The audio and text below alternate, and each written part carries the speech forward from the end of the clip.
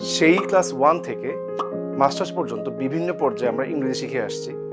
তো মাস্টার্স শেষ করার পরেও আজও আমরা ইংরেজিতে বলতে বা লিখতে গেলে ভয় পাই কিংবা আমাদের লজ্জা কাজ করে।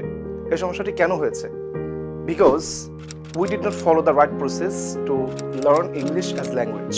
ভাষা শেখার যে নির্দিষ্ট পদ্ধতি বা পন্থা রয়েছে সেটি আমরা অবলম্বন করিনি। So to solve this problem we have developed a very important and effective course that is practically spoken and written English.